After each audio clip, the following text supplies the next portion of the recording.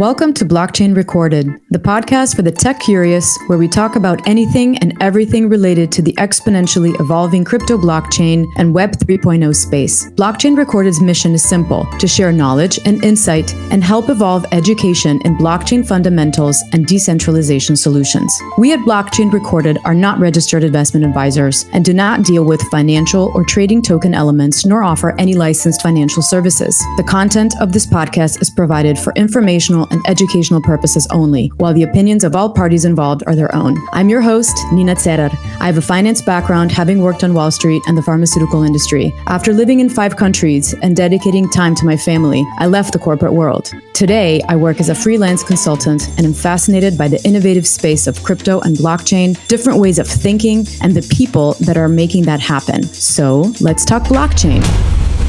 So today we have with us Ramsey, who's the technical steward for the Kabocha project. He's a technical startup founder, systems architect, and blockchain engineer.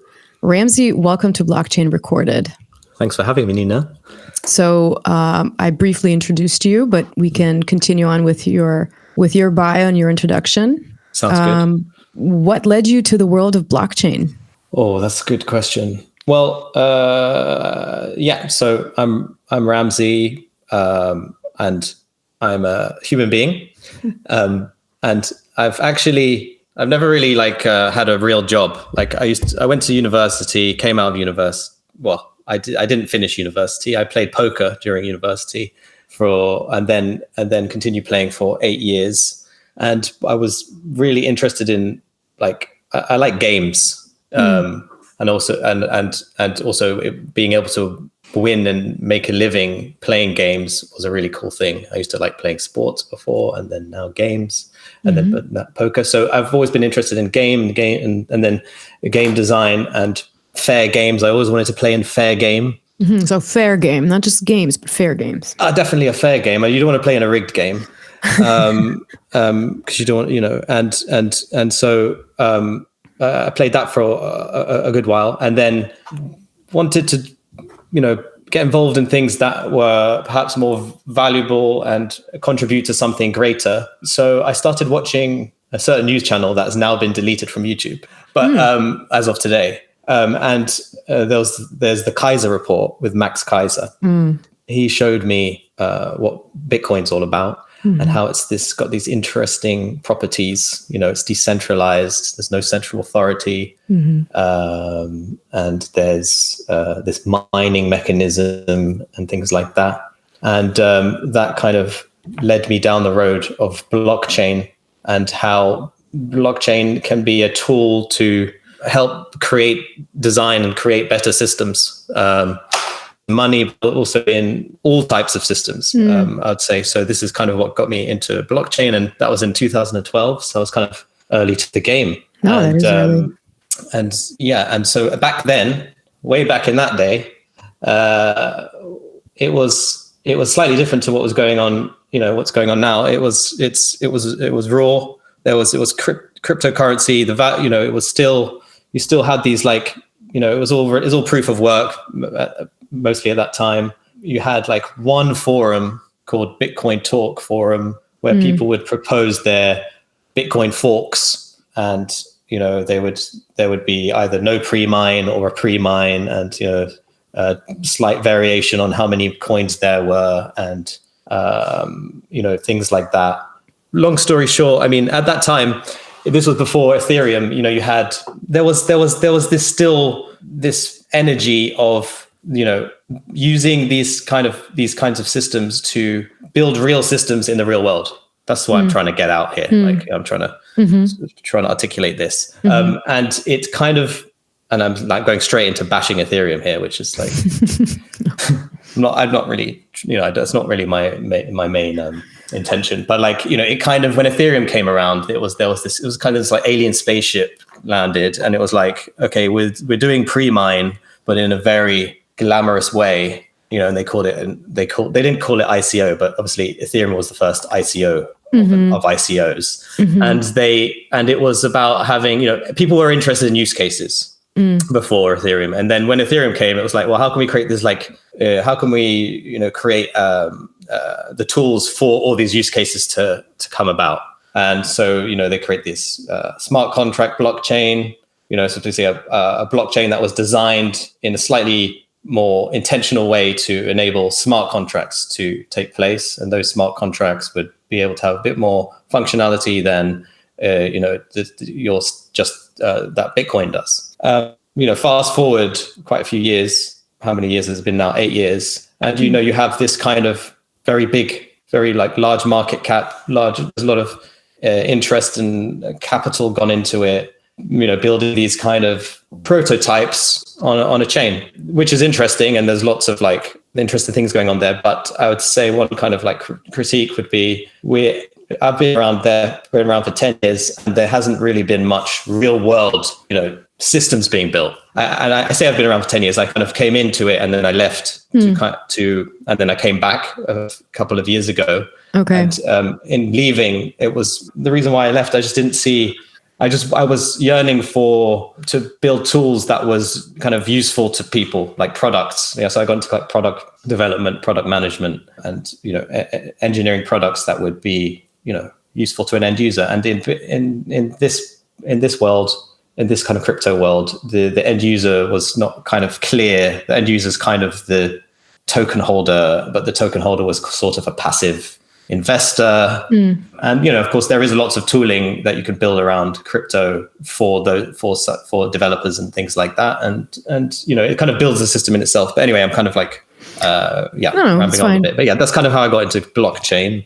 Yes. And yeah. So you speak of Ethereum. When you say that there weren't enough real world sort of use cases, you mean on Ethereum or just in general? Or was that your sort of critique of Ethereum? And this is not just Ethereum. Yeah, I mean, I think the one way of stepping back and is like kind of asking who designed these systems? What were they about? What were their values? What's their intention? What's their intention? What are they trying to? How are they designing these systems? To remedy the current, the prevalent systems that we live with today and historically. The centralization. The need to trust intermediaries, be it like central banks or be it like state or be it any other type of intermediary, and how do we kind of design systems that remedies that? And then this is also there's this crypto punk and cypherpunk philosophies, and I'm sure there's other sort of ideologies around that, like anarchistic, agoristic, all these sorts of words related around building parallel systems to the current system. And so Bitcoin was this seed that was planted by Satoshi, which was this pilot project to that used all these interesting technologies and tools in computer science and in cryptography, like Merkle trees and stuff like that, and trying to solve a mathematical problem, which is, the Byzantine generals problem. Yeah. Did you read the white paper? I read the white paper, and at the time I was not in university, I did computer systems engineering, but as I told you, I wasn't really paying much attention in that. But obviously it planted a seed, but at the time back then, it was I didn't really dig deep into the ins and outs of it. I was very intrigued conceptually and how it was a tool to, it was a tool to help create these better systems. But and at that time, I had this kind of point of view, which I think we tend to have, especially people that aren't involved in building technologies or building open source technologies.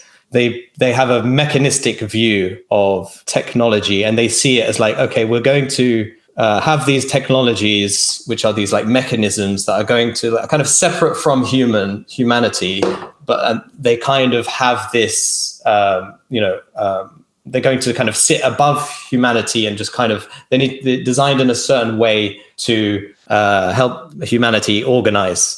Basically. So that's kind of how I looked at it. It's I'm describing this in a terrible way, by the way. But nonetheless, it's what I was asking, the question I was trying to ask then when I was interested in designing these sorts of incentive systems. And I guess that comes to incentives. And how do we design systems that incentivize, sorts of social outcomes that we were looking to achieve? Is like, how do we create the perfect mechanism? Like, how do we create this perfect mechanism that once you put it out there, you build it, this fixed system, you put it out into the world, and then it's going to like make the world a better place, And I think that's how I initially, that was my initial perspective of technology. But then there's this, when you look at the reality of it, it's actually more of it's more of a dynamic social technology. Even blockchains, blockchains aren't a fixed thing, even though it's kind of, if you were to be simplistic about it, and explain Bitcoin, it's like, okay, Bitcoin is this thing that's been built, you can't change it. It's, and that's what's good about it, so that it can't be corrupted. But in reality, like the underlying technology does change. There are decisions that are made. Someone does own the communication channels. Someone owns the website. Someone has admin access to the GitHub repository. And they're the negative kind of aspects of like, the centralized negative aspects. But the beauty of like building these technologies is that it is a social technology, and there is this dynamic, there is something dynamic about it. And, you can be changed, but what's important basically, distill like what's great here is the difference in values. So these technologies are built with different values. Like that's how Bitcoin came around, because the people that were designing it, they were like, well, our values are different to these centralized central bank model, which is inherently authoritarian, and it's there coordinated in a very centralized way, probably more centralized than we imagine, and it's basically there to control. Essentially, that's the inherent nature of these like authoritarian governance systems. It's there to control, and it's there to it's there to make other people wealthy. Right. Right. And the design of the system is such that it's like, it has administrators, it has a pseudo users, super users, it's like, and a lot of proprietary systems have, a head administrator that has, the master key to the system. That's just centralized systems for you. And that's what we're used to. And our central banks and our, and the way many governance functions of our systems have super users. So that's the design of the system, is to have super users. But Satoshi came around and was like, okay, well, we've solved the Byzantine, we have a solution to the Byzantine generals rule, which is basically, long story short, another way of saying it's blockchain, to have like this consensus systems without having, having one party to decide on what the state of the system is. Instead, you have a system that of many different people that come to a consensus on what the state of the system is, with a tolerance of about, depending on the design of the system, a tolerance of a third of people being adversaries or, a bad intention, let's say, of trying to hack the systems and things like that. But let me actually, let me ask a question. So, okay, you alluded to governance system. We'll definitely get into that, because I think that's the sort of the central focal point of what we're going to talk about. But before, I think it would be good to maybe define and explain where Kabocha, and I hope I'm pronouncing that correctly, Kabocha? Kabocha. I mean, I'm not Japanese, so Kabocha, which is a Japanese squash or a pumpkin. It's a Japanese pumpkin, yeah. It's a pumpkin. It's not a squash, right? Yeah. Where does Kabocha fit in within the sort of the Edgeware community and Kusama? And we'll sort of get into that. I just wanted to mention that we hosted Tom Ivey from Edgeware maybe about, I don't know, half a year ago on the podcast. And he explained pretty much in detail about regarding the Polkadot substrate ecosystem, which I actually, to be honest, I didn't understand it then. And I had this time for it to sit a bit. And I'm glad to actually talk to you today, because I want to get your take on it. We should probably refresh it for the listeners. What is the Polkadot what is Substrate? As far as I understand, it's a framework, correct? So it's a framework where you can add on, whoever wants to build a chain takes Substrate, so that then they don't have to reinvent the wheel, right? So they take the Substrate framework and add on to whatever they wish to achieve, right? Right. So I guess like, well, firstly, hopefully I don't confuse you more, because I'm notoriously bad at explaining things. No, I don't But think anyway, you're fine. You're fine. I've developed my skills over the past few years as an engineer, and I've been learning computer science and all that stuff. And so like Substrate is like a framework, which is basically a different, it's like in JavaScript, there's the libraries that you use, but you have, instead of libraries, you have a framework. And a framework is essentially something. Is it like a template of code? It's like it's a template of code. A framework is like a template of code that you use along with libraries in it. So it's like a framework is like a bunch of libraries that you use. And Substrate is a blockchain framework based in Rust programming language. And Rust programming language is quite a new programming language, but it's really becoming popular.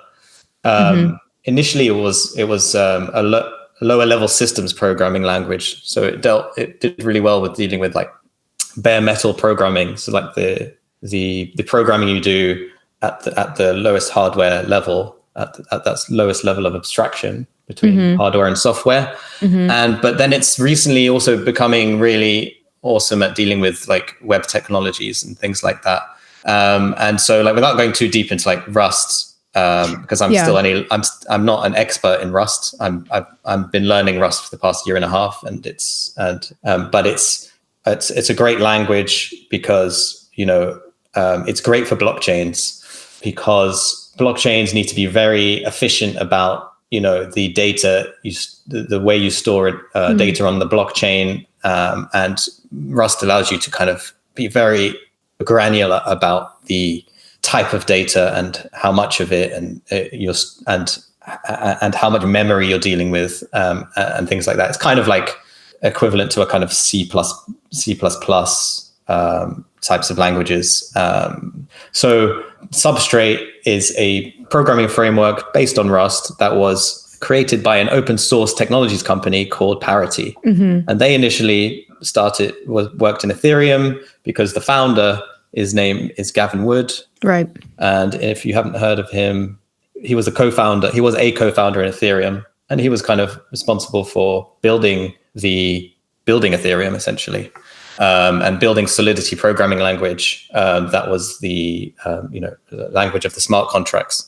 And so then Parity pivoted to build a new type of programming framework and come up with these new pilot projects called Polkadot and Kusama, essentially. And so that kind of brings us to why they did that. Like, so why did Gavin Wood want to leave kind of Ethereum and like come up with a new design of blockchains, and so basically, like, the problem with Ethereum is, as we kind of like the current issues, or at least have been issues the past few years, are the fact that the chain is kind of suffering a kind of bloating. The fees can be astronomically expensive and make like products for hard to use and impossible to use in the real world.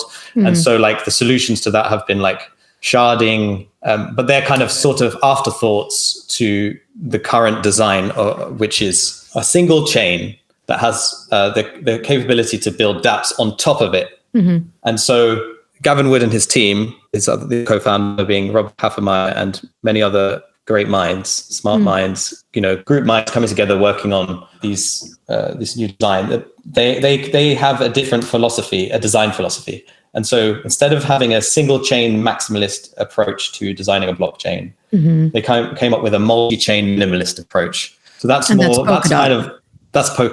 And so that's a kind of infrastructure level design solution to Ethereum's problems. So instead of like trying to fix Ethereum, they're like, okay, we need to redesign this thing to have like sharding essentially, being, being conscious of sharding at the design level. So you have this kind of distinction between single chain maximalism, yes, which they call it, and multi-chain minimalism. So between Ethereum, between Ethereum and Polkadot, essentially. Exactly. And so with Polkadot, you have this relay chain. So they call it a heterogeneous multi-chain network. And what that means basically is a relay chain or a blockchain that connects, like a keyring, many other chains together. And these other little chains are more, they're meant to be kind of more single purpose, sort of dApps. Like if dApps were a chain, there'd be a chain. So it's more kind of instead of being a chain that enables you to build dApps on top of it, Polkadot has more of a clear purpose of being a relay chain that allows other chains to connect to each other. So that enables interoperability, but at the same time not solving a lot of problems there. Basically, you can have chains that have smart contracts, but and that kind of leads us to like DAOs. What are DAOs? And the DAOs are awesome things because they're like allow this sort of human governance and organization on blockchains. Can I just ask, before we get into DAOs, so we sort of defined the difference between, the Ethereum maximalist versus Polkadot minimalist multi-chain way, right? Where an edgeware, as far as I remember, edgeware wasn't edgeware's the first ever chain built with substrate programming network after Polkadot and Kusama launched in 2018? Is that how the historical background goes? It's something like that. Yeah, I wasn't around at that. I wasn't part of Edgeware at the time, but it's very interesting because Edgeware is. And then I just want to say, where does then Kabocha fit in? That you did ask that, and I haven't answered that yet. I promise you, I'm not avoiding the question. No, I'm not avoiding the question. We'll get there. We'll get there. I just think, so like basically, I mean, Edgeware was one of the first examples of a substrate. So basically it was like a community of outsiders outside of parity, that kind of in ecosystem. You wanted to use the open source framework in its very early form, a substrate template, to build a blockchain, a solo blockchain, not a relay chain, not a parachain, not a Polkadot style chain, just a blockchain. And they wanted to put smart contracts on it, kind of like basically Ethereum, but with proof of stake instead of proof of work. And they went about that. And I think that was, I think it's the work started in 2018. And I think it was like launched in around 2019 or late 2019. It was one of the earliest chains. It was actually the second. The first was Kusama, and then Edgeware launched, and then Polkadot launched after. Okay. And so Edgeware has a lot of blocks produced, which is a great thing in terms of like the chances of Edgeware being around. So Edgeware's had 10.5 million blocks, roughly speaking, produced. So the chances to be around for another 10.5 million blocks is higher than a new chain that's launched, according to some theory that I can't remember. It's like I was watching a Nassim Taleb video and he was talking about that. So we get to Kabocha. Yeah. So I mean, I came into Edgeware about 12 months ago, and what really intrigued me and what I found really exciting was the fact that Edgeware was this substrate chain in functioning. It was an experiment. It's an experiment in governance. And so the great thing about substrate is that you can launch a chain very, very, and out of the box, the substrate technology is the ability to have a chain that is can be upgraded through governance voting. It can have a treasury, and you can have there's some very well designed, very sophisticated voting mechanisms that withstand various types of attacks. Voting mechanisms that enables the community to vote on what to fund out of the treasury. So that was amazing to see. That's Edgeware in action. That's a community-backed cryptocurrency, a community-backed project, meaning no VCs, just this kind of lock drop distribution initially, where I think a bunch of Ethereum holders signaled to be interested in locking up their ETH to get some edge. And there was a distribution that happened, and it created this decentralized experiment, essentially, an experiment in decentralized governance. And what happened was, was what we have today, which was this kind of not a large project, a small project, which actually I found to be quite surprising, because when I became interested in Substrate and Polkadot, I saw Edgeware was the third cryptocurrency that I came to know. First it was Polkadot, then it was Kusama, then it was Edgeware. So I was like, wow, you have these three chains. There was other chains in the ecosystem, but Edgeware stood out. And I looked at its market cap and I was like, oh, it's tiny. I thought it was like up near Kusama. And so I thought that surprised me. And so I was like, okay, this is a great project for me to get some experience in a decentralized organization. And so that's what excited me. The fact that it's a decentralized organization. It's like a different way for humans to organize in the world over the internet. It's like, you don't have to register a company. You don't have to have a bank account. You don't have to necessarily have a passport or any of those like conventional documentation or conventional structure. You can literally just have an internet connection, build a reputation in a community, and then have this.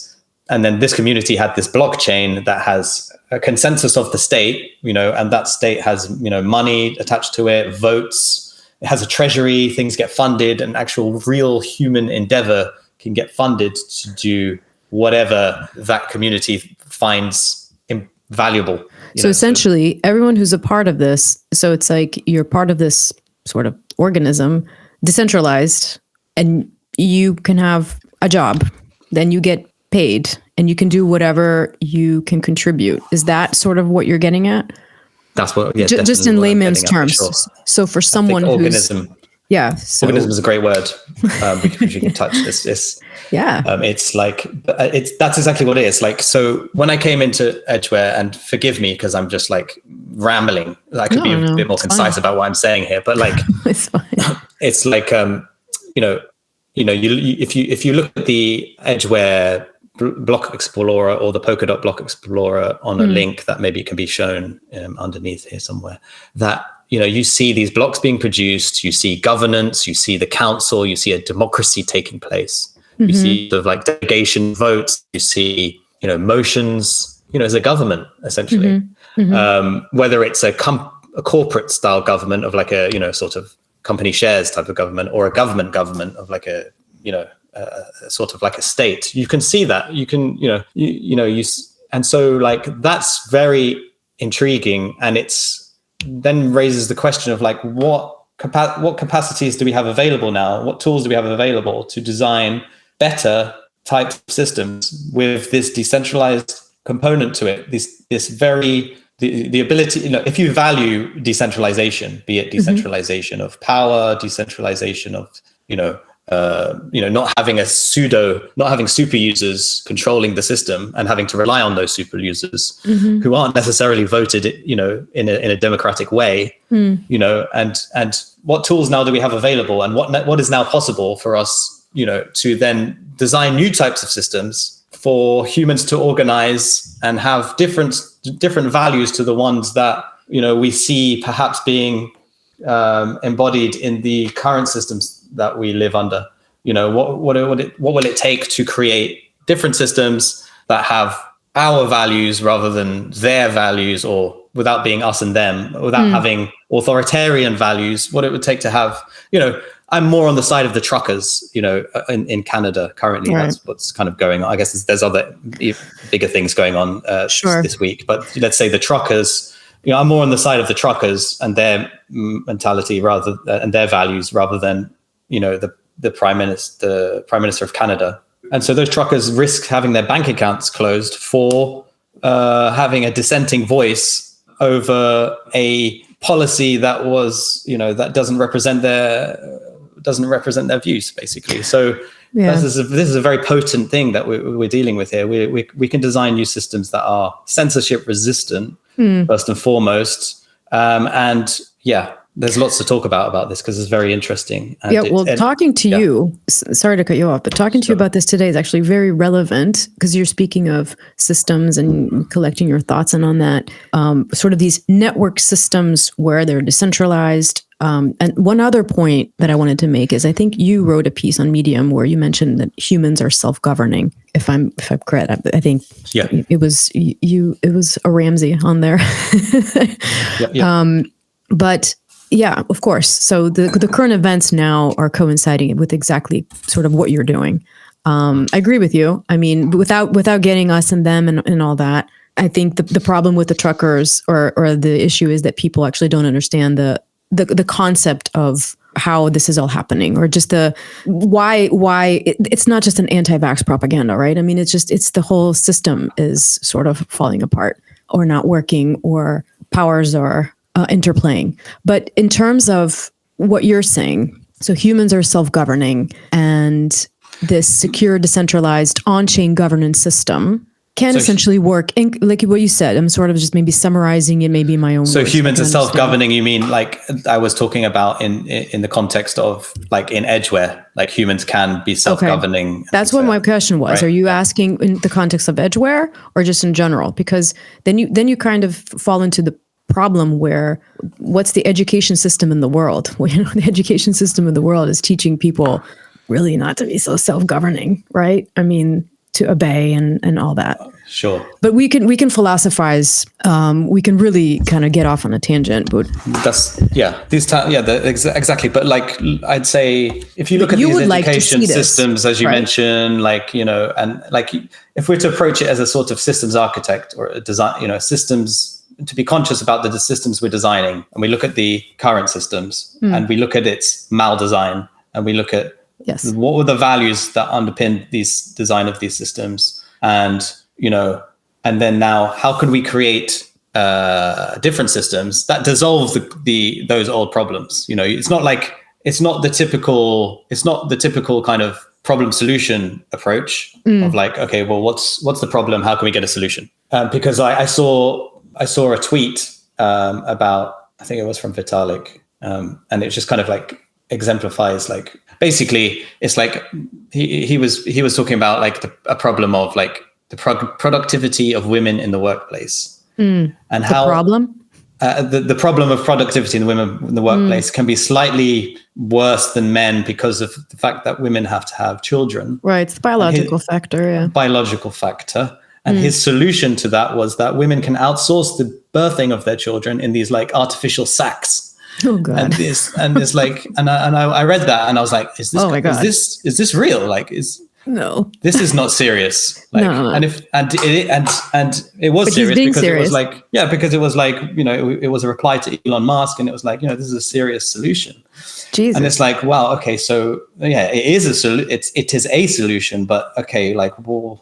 Like, I think this is like an example of like, we need to perhaps be more holistic about what kind of systems we're designing, and then maybe design, like instead of like solving those problems in perhaps one may argue a myopic way, and to be a bit more humanistic, of course, about what it is we're designing. And that's just an example of like, people that have, individuals, they can have ideas that they think is really valuable. But little do they know that that's the kind of precursor to start to being the architect of the matrix. With those, how those babies are, like batteries, like there's artificial wombs. Initially we thought like Vitalik was Neo, from Matrix, but when you just start coming up with that stuff, it's more like you're the architect of the Matrix. So like it's like it's those are some. I mean those are some. Yeah, a little bit far-fetched. I mean, we can get back into the definition of what's a human being. I mean, of course, we have our productivity side and what we do and what we aspire to do, but then we're biological beings, right? I mean, we are led by nature. I mean, and I think maybe now more than ever we're clashing in this world. Without getting into conspiracy theories, because I could easily be called a conspiracy theorist. Yeah. But it's a compliment. I think these days it's a compliment. Yeah. I mean, I don't know, just, to outsource your sack. I mean, that's a bit, I'm surprised. I didn't hear Vitalik hear this. Yeah, I'm a little shocked. I mean, but, not in an offensive way, but I mean, we're not machines. I think the point is we're not machines. We're humans. And we need to stop this whole whatever, without getting into the transhumanism dialogue of what we're talking about today. But so we have secure, decentralized on-chain governance system. So Kabocha. Are you ready to answer the question where Kabocha comes in? Yeah, so I mean, like, Kabocha is the first kind of embodiment of Edgeware's multi-chain philosophy. Multi-chain, Edgeware was more leaning towards Ethereum sort of philosophy of being this kind of single chain, build dApps on top of approach. And now myself being one of the people that want to kind of send it into a different trajectory, which is to go into the design philosophy of the multi-chain. And so it's this is new concepts. It's like challenging to kind of deal with, it's like, we're used to being a community with, crypto communities are used to just being like one community, one token and one chain and one like dApp. But now I guess with multi-chain, you can be one community or one ecosystem that has multiple chains in it. And and it's like this the underlying infrastructure has relay chains, it has parachains, it has bridges between multiple relay chains. And it's this like different underlying fabric there. And so like Kabocha is a project that's funded by the Edgeware Treasury. And its initial purpose is to be a parachain in the Kusama network. And the name Kabocha came around to resonate more with the feeling of Kusama. Kusama is an artist, I think, in polka dot artist. She actually pioneered polka dots. Yeah, I saw she uses polka dots everywhere. She uses polka dots everywhere. She made basically polka dots a thing. And she was in like the gallery. She's like in the Tate Gallery in here in London. Like she's everywhere. She's her favorite thing. She's like obsessed with pumpkins, like these like types of pumpkins that she's designed. So we just called it we just called it what she called it there, but like Kabocha, cool. just to continue to the connection. Yeah, to continue that sort of like pithy narrative.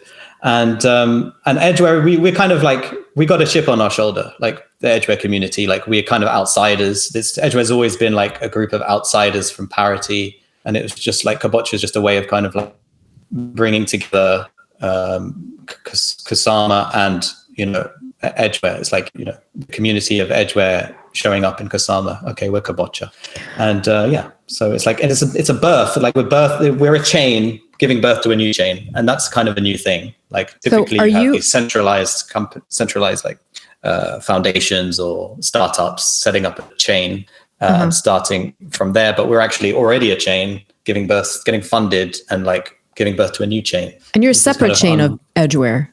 We'll be a separate chain. Yeah, we're a separate chain. And how we're linked is that we're taking a snapshot of all the Edgeware balances and persisting them into Kabocha. So like everyone that has like, so basically the distribution is going to be pretty much the same, give or take, new crowd loan participants and new contributors to Kabocha. And so, so we are completely separate chains, but similar community, or same community, same ecosystem, a sort of subset of the community,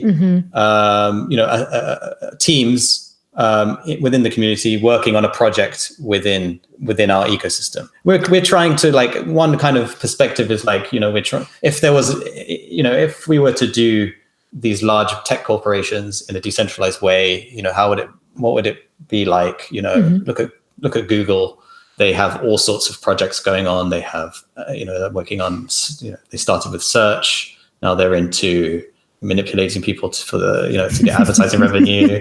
And also you got AI and you got like autonomous cars and things like that. Yeah, I think they're probably doing stuff beyond what we know. But yeah, I get your point. Sure. Yeah. But the point was, is like there's all sorts of teams doing all sorts of things. Right. It's like it's a huge organism at Google. and it's like 100 or 100,000 or so employees, people working there. Obviously, it's got quite a steep hierarchical very much structure of executive power sort of thing. And so we're thinking of like designing a different sort of system in it. Like we're trying to see what it's like to create technology that doesn't have that has more of a flat kind of structure. In terms of hierarchy, you mean? In terms of like hierarchy, we've got it is quite flat. You can turn up to Edgeware community and like build a little reputation. So people, so you just, hang around there a bit, show value, give your perspectives, and you very quickly, you can build a reputation there, be of use of some in some way, sweep a few floors. Like a nice analogy for Edgeware, at least my experience coming through Edgeware is it's kind of like an ashram for founders or an ashram for creators and developers to come in, meditate a bit on blockchain, sweep a few floors. And then once you get, enlightened to do your own project, you can then get funded by the treasury, Edgeware's treasury to do a project that the community thinks is cool or valuable or important in some way. And just to give a concrete example, so this is not just for developers. You can do, what kinds of projects within this ecosystem? You're talking about, you don't have to be a developer to join. You don't have to be a developer to join, no. Because I think it can be somewhat intimidating, for sort of the layperson. They think, oh, you have to be a developer to know, code and. Absolutely, no, that's understandable. Because the aim is not just that.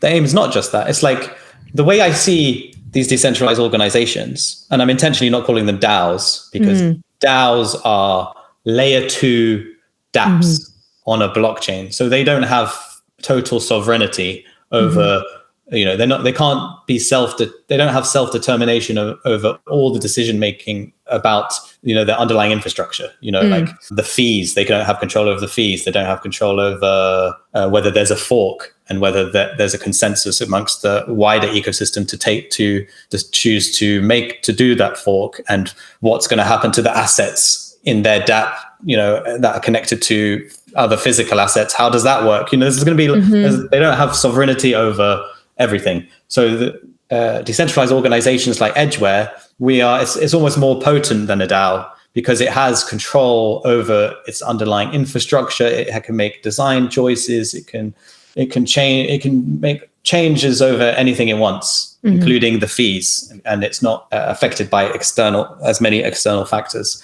So I just wanted to preface what I was saying with that, because I think that's quite important, knowing the distinction between a DAO and a DAO on a chain, a decentralized organization. And a decentralized organization is essentially a new way of making a company, or a new way of making an organization of human beings, be it a state, a company, or any sort of label that you want to put on humans organizing. I have actually, because you're saying you have the features. Kabocha's features are, it's a flat hierarchy, everybody can contribute, it's decentralized, etc. It's not an authoritarian system. I guess some people can argue that, we have, someone can be a leader or someone can be a follower, or some people want to take more control and lead, right? Others tend to listen and follow, but everybody's productive. How do you deal with that? These are human. You have differences, right, of how people operate. These are human organizational kind of questions, and these are great questions. And you've got, this is, as you said, it's like an organization of humans aren't just developers. Like if in this, you have maybe a subset of people that are the engineers, and the other, and then you have all other types of people that have different skill sets.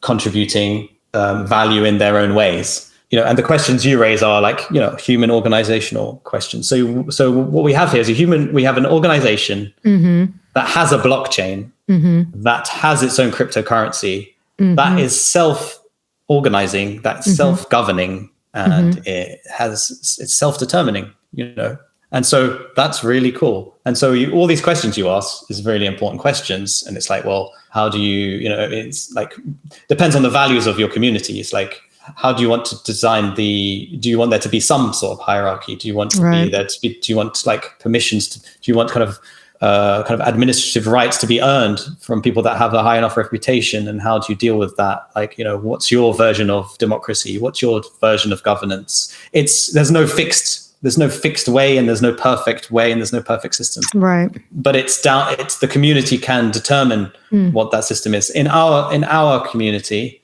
in Edgeware, for example, you have emergent leadership, so you do have people who are more influential than other people. And they kind of earned that right, turning up every day by giving their perspectives. You have, Tom Ivy, who you've spoken to, who's a very valuable member of Edgeware community, and he's funded by the Treasury to form Edgeware Agency, which has sort of an administrative stewardship role in Edgeware community, and a lot of people are paid to work in the Edgeware community through the Edgeware Agency, and so but I think we have, like, our values is more like emergent leadership. If you want to build something, if you want to do a project, doesn't necessarily have to be an engineering side of things.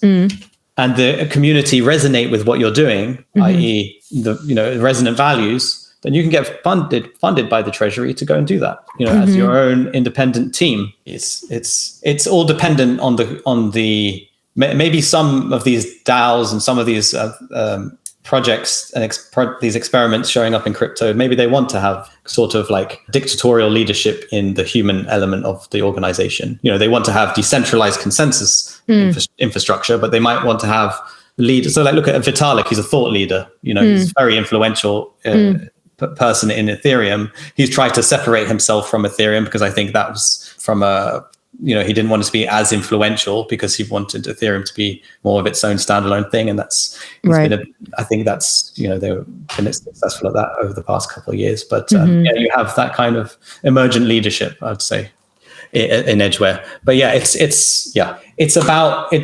we're trying to incentivize here is not having necessarily, we don't want to incentivize passive watchers, or passive investors. We want to incentivize contribution and participation, and more proactive. So we want people to, instead of being like onlookers of like how things are molded and how narratives are created and where the trajectory of what we're building is going, instead of being an onlooker, we want people to be more proactive and be like, no, I can have an influence in where this is going.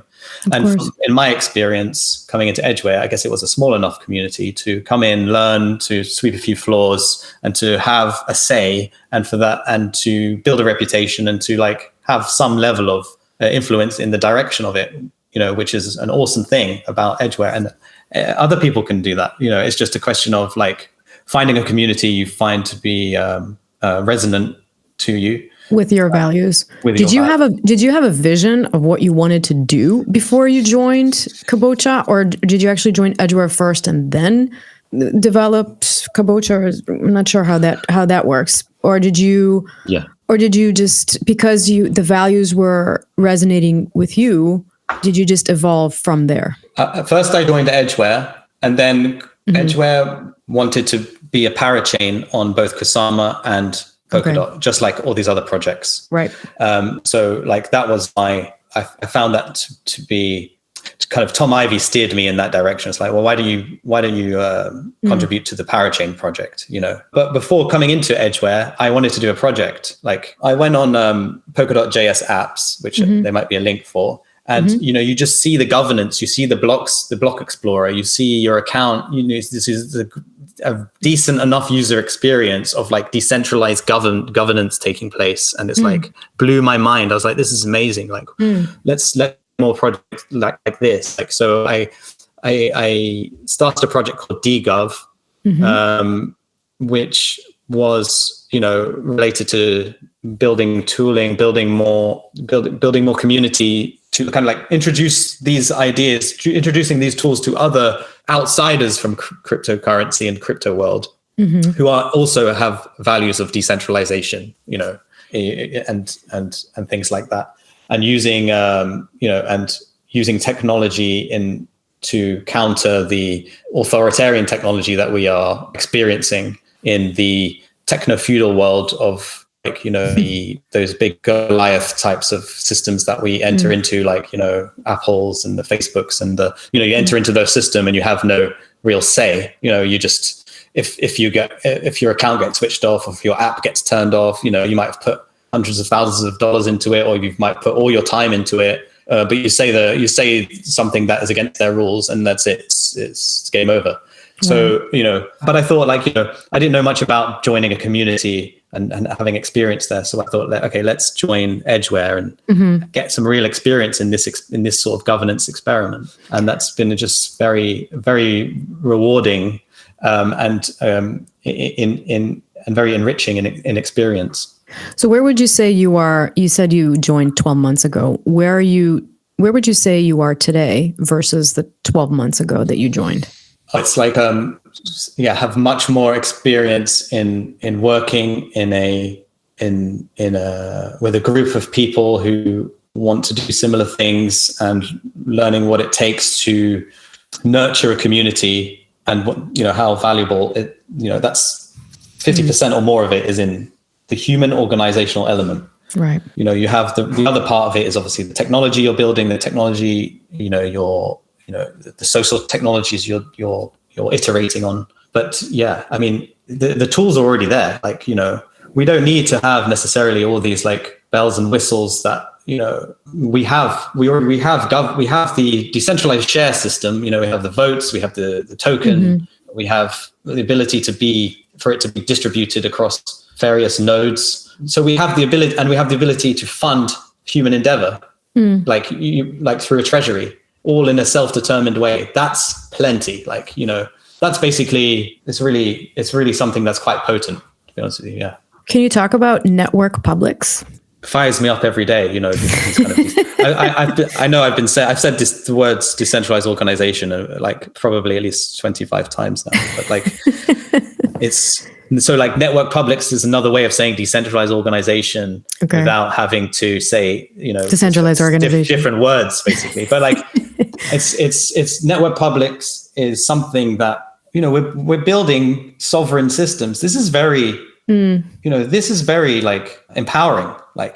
We're building systems that we don't have to rely on some other some other kind of higher power just to have to please in order to not switch our system off, switch our bank account off. We don't have to behave the way they want us to behave anymore. We don't have to do that. And so it's just coming to terms with that potency and capacity we have available, and so network publics is, when the way we design, the way we're thinking about building our systems, it's we're trying to think as long-term as we can, we're trying to get away from this kind of short-term thinking, long-term. What kind of systems are we going to build that might persist far beyond, us living here? And so, these systems are going to be sovereign systems. They're going to be, we're interested in using our treasury to fund public goods, and that things that perhaps these contemporary times, like the state, might have control and function over all the public aspect elements of things. But maybe in the future, it'll be more, there'll be just it'll just be self-governance with utilities on there that are publicly owned and publicly, governed. And network publics is a sort of a concept that we are, as you can tell, this is nebulous kind of ideas, we're refining as we go, and we don't have all the answers here. We're just asking questions. We're just trying to come into terms with what capacities we have available now, and trying to design systems that are more befitting to the things that we see as that are more, that are better than the mal-designed systems that we're living in today. So I always fall back to that, basically. Yeah. Okay, so you're sort of defining the concept. You're defining. You refer to systems. You could also say network systems. How are you compensated for your work, or are you compensated for your work, or how are you also incentivized, or am I thinking on the Mel sort of function way of how I'm thinking about an organization, because in the end of the day, you still have to make some kind of compensation to support yourself. Yeah, you can get a stake in the network for making a proposal into the treasury to get some amount of edge and provide value to edgeware. And in return, you get either funded you might need expenses to do that. You might want to be paid as a salary. You might want to be paid as a startup. You might want to be paid as some new sort of thing. It's like, it's dependent on. So we have a facility on Edgeware that enables people to make a proposal to the community, for that proposal to then go on chain, to go through a governance process where there's like a period of time where people vote on it. Okay. And there's like a simple majority, like say like a 50%, 51% majority. Well, if there is a majority there, then then those funds that you requested will come into your wallet, and you will be funded to achieve certain milestones or achieve the objectives you set out to achieve. Oh, okay. How long does this process take? Because you say that there has to be a body, or that the community votes. I mean, is this, because if everybody, I don't know how many people you have, but I mean, if everyone's voting on everything all day, I'm just trying to understand the concept of how this works. Like, how long does it take for for a proposal or something like what I asked you come to fruition? Sure. I'd say, it's the entire process is like, it's firstly, you need to introduce yourself to the community, hang around there a while, understand what the community is about. Then when you get inspired to make your own proposal, you then like make a thread on currently our proposal area is in commonwealth.im, there might be a link there. And you can, show what your plan is, and then it will go through some feedback, a process of feedback with the community.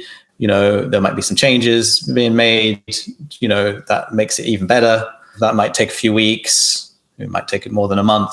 It might be really quick if it's a priority for Edgeware, it's an Edgeware priority.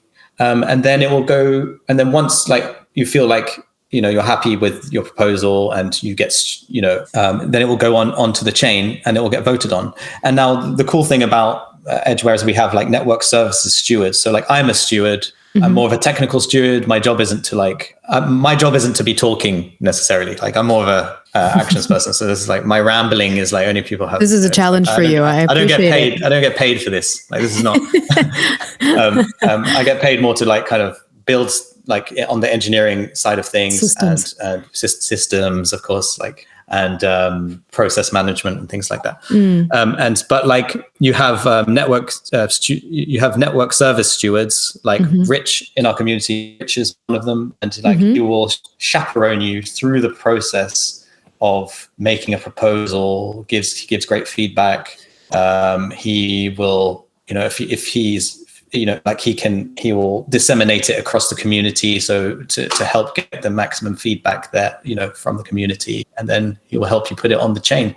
So you have stewards like that in the community that can help newcomers in and to get involved and to become a paid contributor.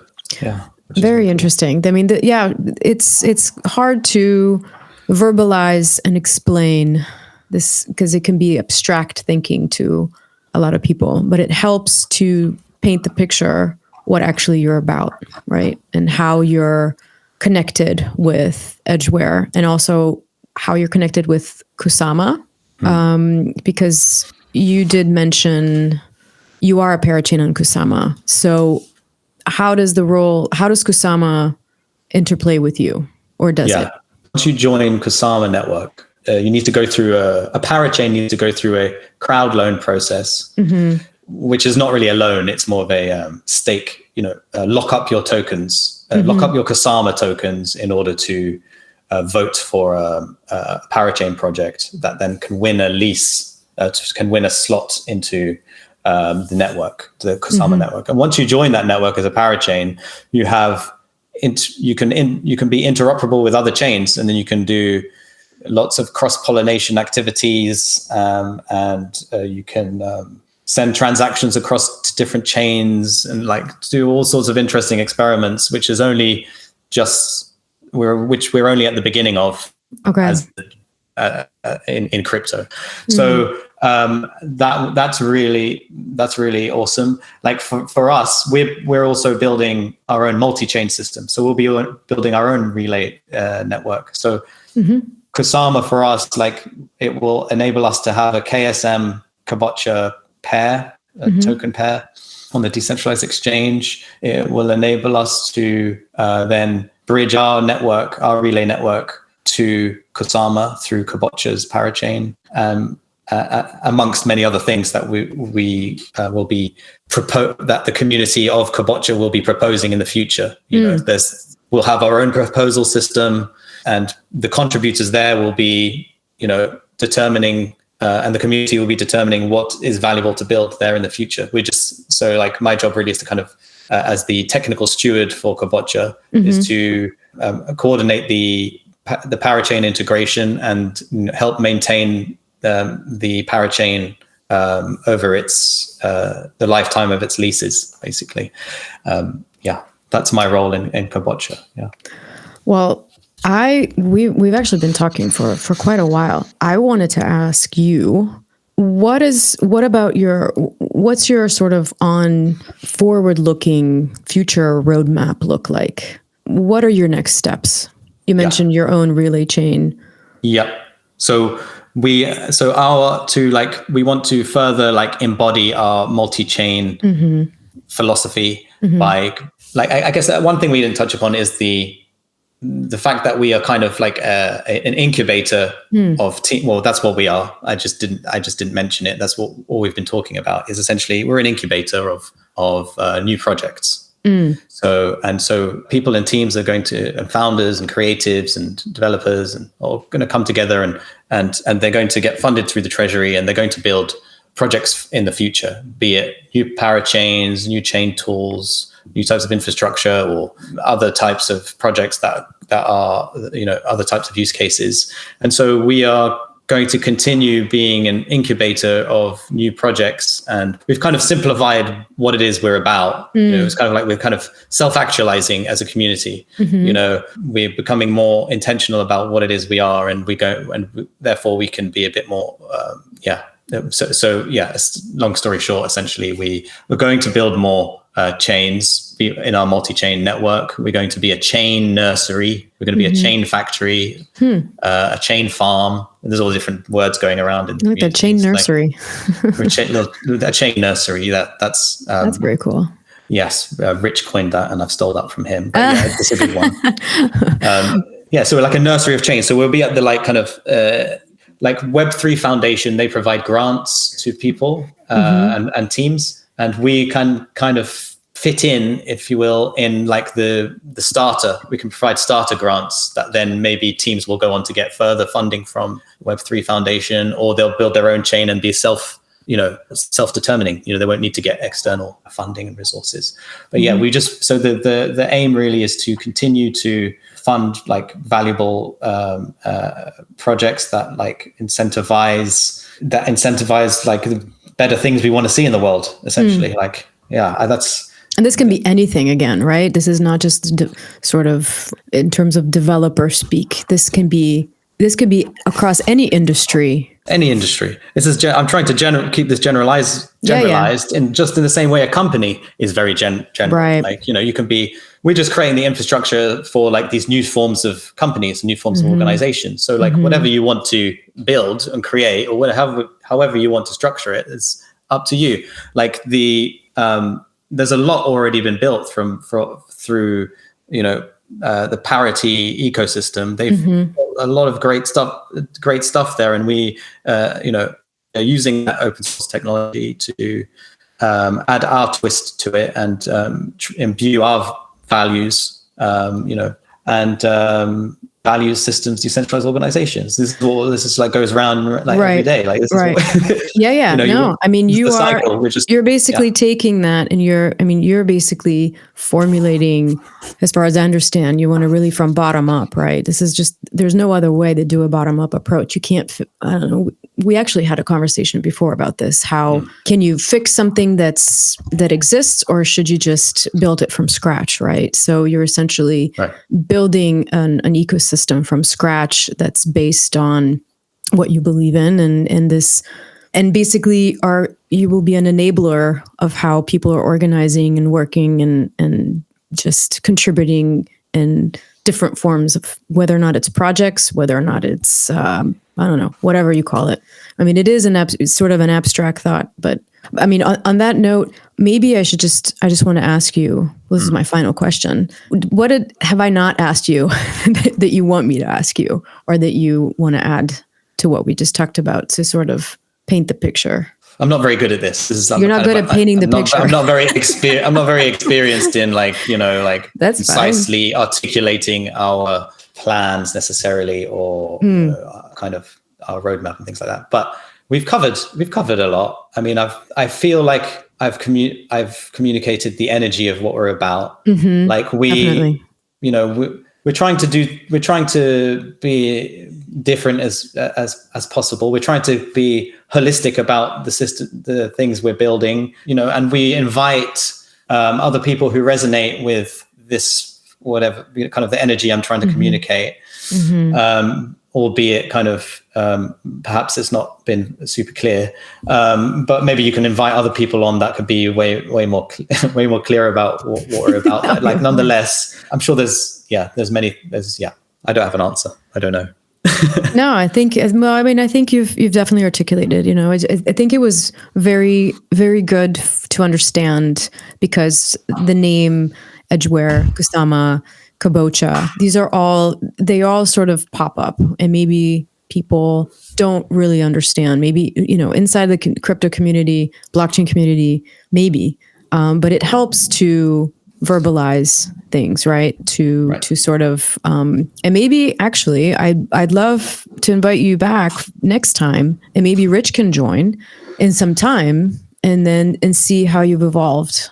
Amazing. From today. I'd love to come back on. You should definitely have Rich on, because he'll give you his different perspective about what it is we're doing here. And I think it'd be great to get, this is just my perspective of what absolutely. What we're up absolutely. to. I hope it's of some value to people there listening. And it's like, at the end of the day, there's tools here available for if they switch off your bank account, which many people's bank accounts get switched off. They switch off your channel. They switch off your company. It's like, there's tools here available to organize and create better systems. Like, Yes. And so this is, I'm just trying to in a very enthusiastic way, I'm just trying to communicate that to people. It's like, it's there. These tools are there. You don't necessarily have to be a developer. You can come and talk to someone to be like, how can we, you can come and learn more. We have a sort of stewarding process. We have we're building our kind of Kabocha learning school. We're building how-tos and tutorials. You can go on to Substrate website to learn stuff there too. There's we're part of also a wider ecosystem. And it's like, don't just be passive. Don't just be a passive investor of a token. Like, by all means do that. But like, it's like, we're at such early stages here. It's like, there's so much more value in just being a contributor. The experience that you're going to get from this, the next 10, 20 years is going to be hopefully even better. Like, we're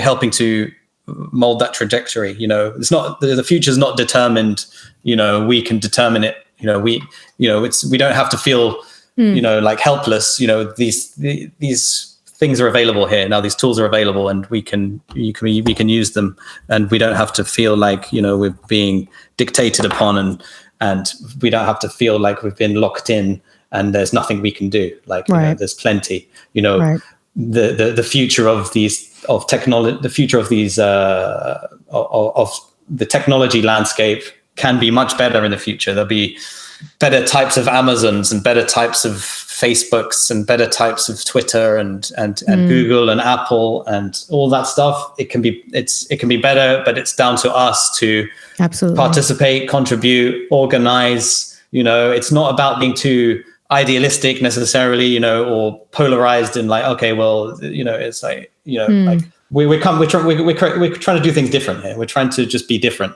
We're not trying to like, anyway, that's for another, we can have a. No, I think you summarized on that note. We can probably end it for now. But I'd love to, like I said, I'd love to talk in some time again, because I wanted also just to say this is, in this chaotic, I mean, the world has always been a mess, but I think in this time, in our time, which is what we're living through, I think it's very key to talk about these things, because it's basically to local communities and people connecting and connecting them for the right reasons, for sincere reasons, for productive reasons, to make things just anything better, and to, like you said, function not in a authoritarian, dictatorial way. Unless that's what you like, if you like that. No, sure. where you feel like you can actually contribute without having someone sort of enclose you in a box, right? Yeah, exactly. So you can start there. So Ramsey, thanks so much for today. Thank you. And if anything, thanks for having me. And if anything, like, I'm an example of show, just to bring your raw energy to the table and, be a contributor in the rawest sense, like, Awesome. And that's it. And thanks for having me on. Thanks, Ramsey. And good luck with everything. And like I said, hope to see you soon. Thank you. Great. Thanks again to our guest, as well as thank you everyone for listening. Thank you also to the Bariam Music team for providing their music. You can check out their latest album on bariammusic.com. You can find all supporting information on our website, blockchainrecorded.com, and listen to us on Google, Apple, and Amazon podcasts, as well as Spotify, Radio Public, and Stitcher. Stay healthy and tuned for our next episode.